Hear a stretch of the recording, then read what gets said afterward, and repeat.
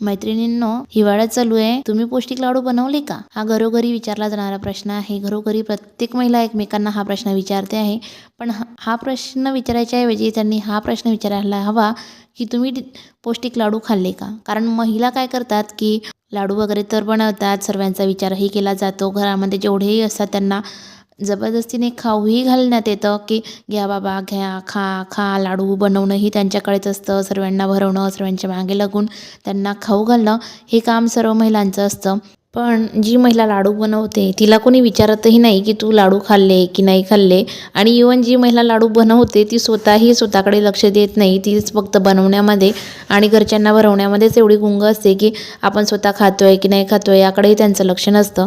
पण मैत्रिणींनो, याकडे दुर्लक्ष करून चालणार नाही. कारण महिलांचे सर्वसामान्य प्रॉब्लेम असतात ते म्हणजे अंगदुखी, सांधेदुखी आणि हिवाळा म्हटलं म्हणजे सांधेदुखीचा सर्वात जास्त प्रॉब्लेम असतो. सर्वांना वाताचा त्रास होतच असतो. पण सर्व महिला आपल्या दुखण्याकडे दुर्लक्ष करत असतात आणि सर्व गोष्टी ज्या बनवल्या जातात घरच्यांना खाऊ घालण्यामध्ये, इतरांना भरवण्यामध्ये, यामध्ये आपलं जे जीवन आहे ते व्यतीत करत असतात.